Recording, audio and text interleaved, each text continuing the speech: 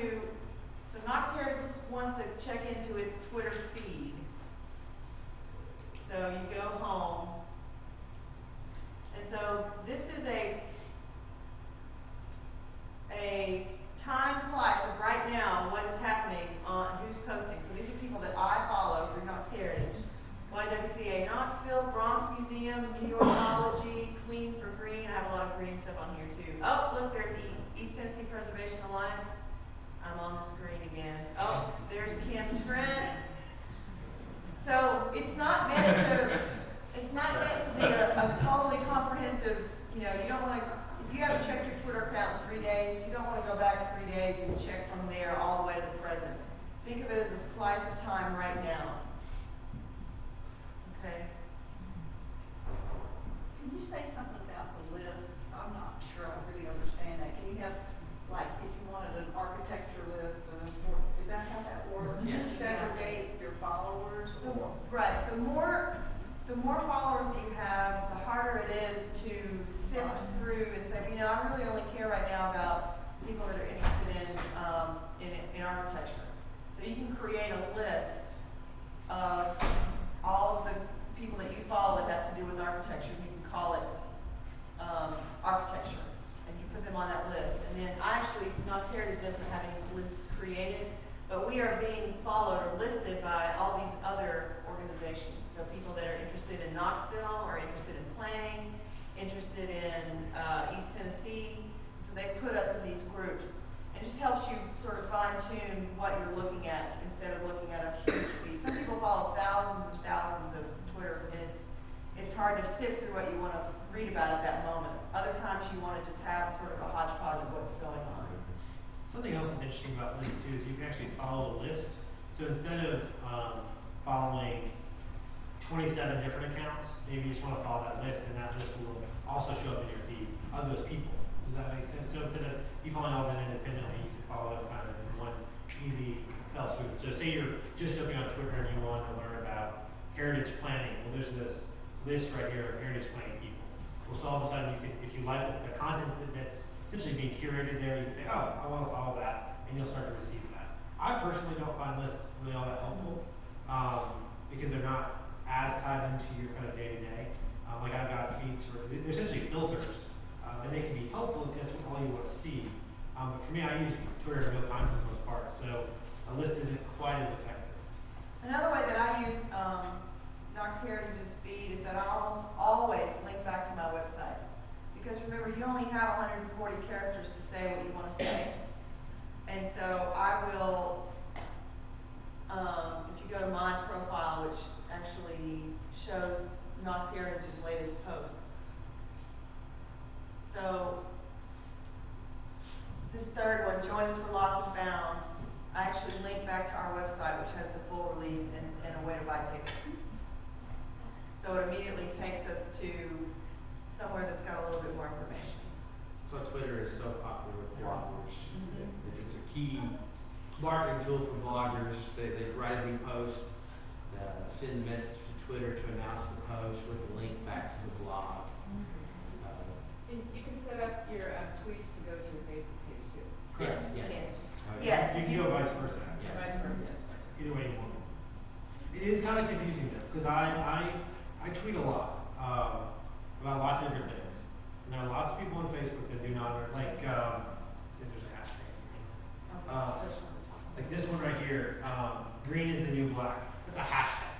What is that? I'm sorry. A hashtag. It's the pound sign. It's basically a way to group a tweet. I never figured out what those were. Okay, so there you go. Hashtag. It's a way to group a tweet. So if I click this, it's going to take us to, well, that's the only tweet, but it would show a list of tweets. It's like a subject line. Okay. Sort of, yeah. And you can actually, your trending topics on the side, those are coming in most cases from posts that have had hashtags. So, for example, during the presidential election, there were a lot of Obama hashtags. So you can see everything that's being said worldwide about Obama. Or if there's a major news thing going on, you can see everything that's being said about that. Because people at their tweet will provide that hashtag in their tweet so that they will be listed as a trending topic, those things. So a lot of times you'll see, for example, there's the pros comp, I think, what we're if there's a big group conference going on, there will be people encouraged to use one specific hashtag, so that as they tweet throughout that weekend, everybody, somebody who's not at the conference can see what's happening at the preservation conference. And the new thing that I've been participating in is creating chat groups using hashtags.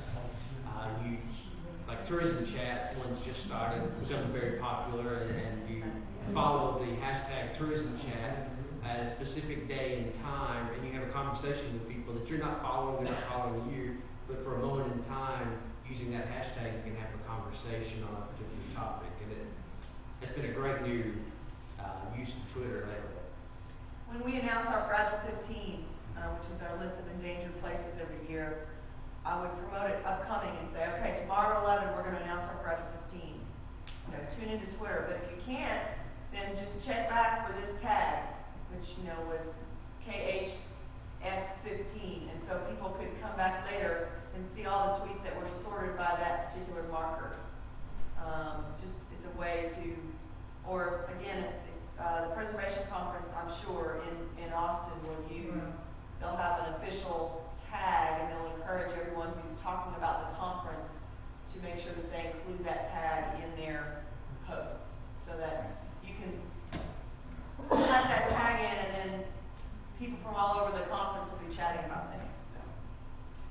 This is just a recent example. There's a Christian conference in Atlanta called Catalyst that just happened. It was Thursday and Friday. So that's just on one right. And so this is an example of people using a hashtag, #CAT10, because Catalyst 10. So this is a bunch of people. These all are happening within seconds of each other a while ago about different tweets from being at that experience. And so it's basically just a way to group everything together. But this point's a good point about Twitter. Twitter is kind of instantaneous and at best momentary. Tweets disappear. They don't save them. They will go away. There's just way too many of them to keep them forever. And so we were looking up the hashtag for the Fragile 15. Well, there aren't any tweets with it because that's been too long ago. And so that's something to remember as you do these type of things, they will go away. And so if you really like the tweets you're doing, there's ways to save them. Otherwise, just know that they're not going to last forever. Any other questions about Twitter? Does anybody feel more compelled to use it? Where you need to get out, like, I do stuff for the nonprofit, but I also do stuff for my store, so I was wondering what kind of coffee I'm serving that day. That's right. Or I was posting about our Scots Irish Festival, and Marble Slab picked it up as a vendor, and then it just kept spreading around, so it's a great way to get information out. We should mention tweet-ups too. Yeah. That's an interesting phenomenon where actually people who have been having conversations through Twitter set a time and a place to come together in person and tweet as a group. Very popular. It sounds crazy, I know. But, for example, at Bonnaroo Music and Arts Festival, there are 80,000 people there. A lot of people leading up to the festival are having a conversation about who they want to see and how they're so excited about these artists, and where are they going to camp, and what are they bringing in. Well, then they get to the festival, and there's sort of an assigned time and place for these groups who have been communicating to meet up. It's a way to have a personal face-to-face connection with people you've been having these conversations with online who you probably likely have never met in person because they're from all over the world. But then at the same time, it's exciting, so everybody's saying, oh my gosh, I just met, ask Gavin Baker or whoever it is that they've met, and in real time talking about the shows that they're seeing and what's going on at that moment, so the people who can't be there in person still feel some sort of connection to that event. Just to show you, this is just my Twitter account, just to so you know what it looks like from a personal standpoint. So like I tweeted, this is another thing. This is the @ sign and with someone's name after it is what's called a reply. It's like this is essentially a public message I sent to this guy about PCs crashing a lot.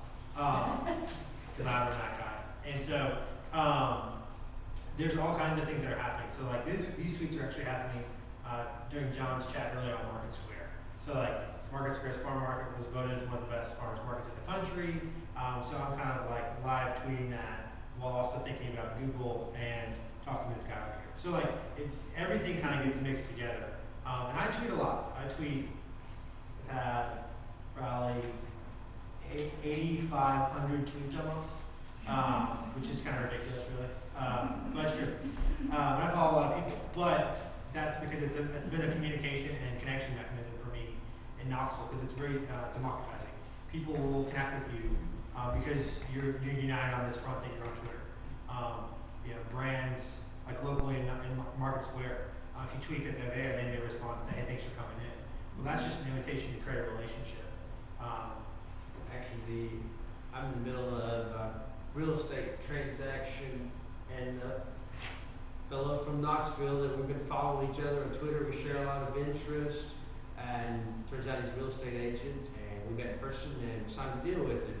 It's a great tool for creating relationships. I found volunteers through Twitter, I've had dogs rescued through Twitter, sold appliances through Twitter. I mean, you know, the uses are pretty amazing. You can just say, this is what I'm trying to do. And then all of a sudden, whether it's someone who's following you or they're retweeting, so all the people who are following them get that message and they say, oh, well, I care about that, I'm interested. And they'll get in touch with you. And, You know, with the retweet limits, I mean, limits. I think my largest one, a tweet about an event in DC, retweeted a couple of times, tracked it, it reached 35,000 people in about 25 seconds. for free. For free. I mean, that's pretty amazing. Okay.